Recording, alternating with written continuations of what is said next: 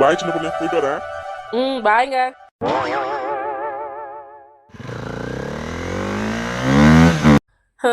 அப்பாடா, இந்த மனுஷனை வேலை கணுப்புறதுக்குள்ள எனக்கு போதும் போதும் ஆயிடுது. வாட்ச் எங்க, பர்ஸ் எங்க, சாக்ஸ் எங்க, ஷூ எங்க, அது எங்க, இது எங்கன்னு ஐயோப்பா அப்பா என் உசுரை எடுக்கிறாரு. 4 பிள்ளைங்களை கட்டி ஸ்கூலுக்கு அனுப்பி வைக்கலாம். புள்ள வளர்த்துருக்காங்க பாரு என் மாமியார். சின்ன பொண்ணை பத்தியா? கல்யாணம் ஆகி இன்னமும் புது பொண்ணாட்டம் புருஷனுக்கு வாசல்ல நின்னு பாய் சொல்லிக்கிட்டு இருக்கா. அது சரி, அவ புருஷன் அவளை தங்கமா தாங்குறான். அவ வாங்கிட்டு வந்த வரம் எப்படி, நான் வாங்கிட்டு வந்த வரம் அப்படி. சின்ன பொண்ணே, என்ன நர்மதக்கா, எல்லா வேலையும் முடிஞ்சிச்சு போலியே, ஃப்ரீயா வந்து வெளியே நிக்கிறீங்க? அதெல்லாம் ஒண்ணு இல்ல சின்ன பொண்ணு, வா இப்படி வந்து உட்காரு. நிக்க முடியல, இடுப்பெல்லாம் விட்டு போகுது. பரவாயில்லையே, இன்னும் வீட்டுக்காரருக்கு பாய் சொல்லி வழி அனுப்புறியே? பாய் சொல்ல ஒண்ணு சொல்ல, சொல்ல தாங்க முடியல, போயிட்டு வான்னு சொல்லாம சொல்லி அனுப்புறேன். வீட்டுல ஒரு சொட்டு தண்ணி இல்ல சின்ன பொண்ணு. அப்பப்பா இந்த வெயில் காலம் ஏண்டா வருதோன்னு இருக்குது. நம்ம ஊருக்கு தண்ணிக்கு ஒரு வழி பண்ண மாட்டாங்க. ஆனா ஓட்டு கேட்கற அன்னைக்கு மட்டும் ஓடியாந்து நிக்கிறாங்க. இன்னும் எந்த பிரச்சனையும் சரியான பாடு இல்லையே. அதான் தண்ணி குடத்தை போட்டுட்டு வந்து இங்க உட்கார்ந்துருக்கேன். சரிக்கா சரிக்கா, அப்ப நானும் போய் தண்ணி குடம் ஒன்று போட்டுட்டு வந்துடுறேன். இரு சின்ன பொண்ணு, நான் 2 குடமா தான் எடுத்துட்டு போய் போட்டேன். யாராவது கேட்டா உந்தொன்னு எந்தொன்னு சொல்லிக்கலாம் விடு. சரிக்கா சரிக்கா. அப்புறம் நியூஸ் பாத்தியா? ஐயோ அக்கா, நான் நியூஸ் பாக்குறத நிறுத்தி 2 நாள் ஆகுது. எம்மா என்ன மண்டை வலியா இருக்குது. எனக்கு 1000 பிரச்சனை இருக்கு. நகை கடன் இருக்கு, அந்த பிரச்சனை இந்த பிரச்சனைன்னு குடும்பத்துல பிரச்சனைன்னு 1000 இருக்கு. ஆனா நான் எதுக்குமே இவ்வளவு சொந்து போனது இல்லக்கா. கண்ணை திறந்து நியூஸை பார்க்க முடியல. ஐயோயோ எவ்வளோ பிரச்சனை. 1/2 மணி நேரத்துக்கு ஒன்று மாத்தி மாத்தி ஏதோ ஒன்று நியூஸ் வந்துகிட்டு இருக்கு. இவங்க உண்மையாதான் நடக்கிறத சொல்றாங்களா இல்ல இவங்களாவே ஏதோ ஒன்று கதை கட்டி விடுறாங்களான்னு தெரிய மாட்டேங்குது இந்த நியூஸ் வாசிக்கிறவங்க. அப்பா படத்துல கூட இவ்வளோ ட்விஸ்ட் இல்லப்பா.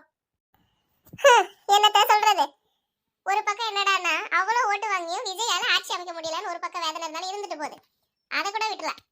இத்தனை வருஷமா உனக்கு நான் எதிரி, எனக்கு நீ எதிரி, உன்னால நான் கிடணும் என்னால நீ கிடணும் அப்படின்னு அடிச்சுக்கிட்டு ஊரையே 2ஆக்கி வச்சுக்கிட்டு எத்தனை பேரு தெரு சண்டை போட்டுக்கிட்டு ஊர் சண்டை போட்டுக்கிட்டு இவங்களால பாப்பா எல்லாரும் விரோதிக மாதிரி இருந்தாங்க. இந்த கட்சிக்காரங்க அந்த கட்சிக்காரங்க. இந்த மனுஷன் ஒருத்தனுக்காக இவங்க என்னடான்னா ஒண்ணு சேர்ந்துடுறேன்னு சொல்றாங்க. அதை விட கேவலம்னு ஒண்ணு இருக்குதா என்ன? சிச்சி.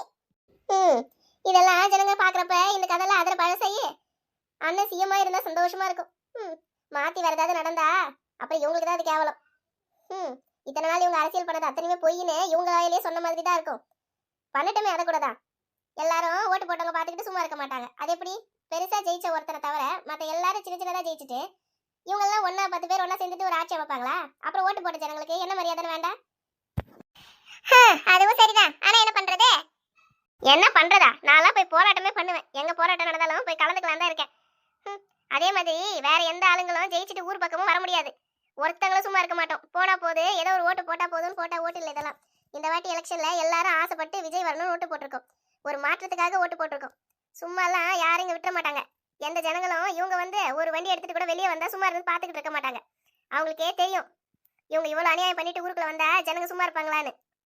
5 வருஷம் எப்படி ஒளிஞ்சுதான் இருப்பாங்க பார்க்கலாம். அடுத்த வாட்டி அது ஓட்டு கேட்டு வருவானுங்கல்ல, அப்ப இருக்கு இவனுங்களுக்கு. நான் கூட இந்த மனுஷனை நல்லவன்னு நினைச்சிட்டு இருந்தேன் சின்ன பொண்ணு. ஒண்ணும் தெரியாத மனுஷன், வெகு அப்பாவி கிராமத்தாளுன்னு. ஆனா எவ்வளவு பெரிய வேலையை பார்க்கறாரு பாத்தியா? ஆமாக்கா, நான் கூட வேற ஏதோ ஆளுங்களால தான் பிரச்சனை வரும்னு பார்த்தேன். எங்கேயோ ஓட்டு வாங்கிட்டு தூரத்துல நின்றுக்கிட்டு நான் தான் சிஎம்மாவேன்னா என்ன அர்த்தம் சொல்ல? இவங்களுக்கு பழகி போச்சுக்கா. ஒண்ணு நீ சிஎம்மா இரு, இல்ல நான் சிஎம்மா இருக்கேன். இத்தனை நாள் இந்த கட்சி தானே சிஎம்மா இருந்தாங்க, ஆட்சியில இருந்தாங்க. அடுத்து நம்ம தானே இருப்போம். இப்ப நமக்கு வாய்ப்பு போயிடுச்சேன்னு இவங்க ஆடிட்டு இருக்காங்க போல இருக்குது. என்னமோ பண்ணிக்கிட்டு போட்டோம். ஆனா இந்த மனுஷன் தனியா இவ்வளவு பண்ணுவாரான்னு எனக்கு சந்தேகமா தான் இருக்கு. மேல இருந்து பெரிய பெரிய பூவெல்லாம் வேலை பார்க்குது போல இருக்கு. யாரு கண்டா அது ரோஜாவோ தாமரையோ? நல்லதே நடக்கணும், வேற என்னத்த சொல்றது. ஆனாலும் இந்த அநியாயம் எங்கேயும் நடக்காதப்பா. நானே கொஞ்சம் ரவுடி, எனக்கே மனசு கஷ்டமா தான் இருக்கு. பண்ணுங்க, கமெண்ட் பண்ணுங்க.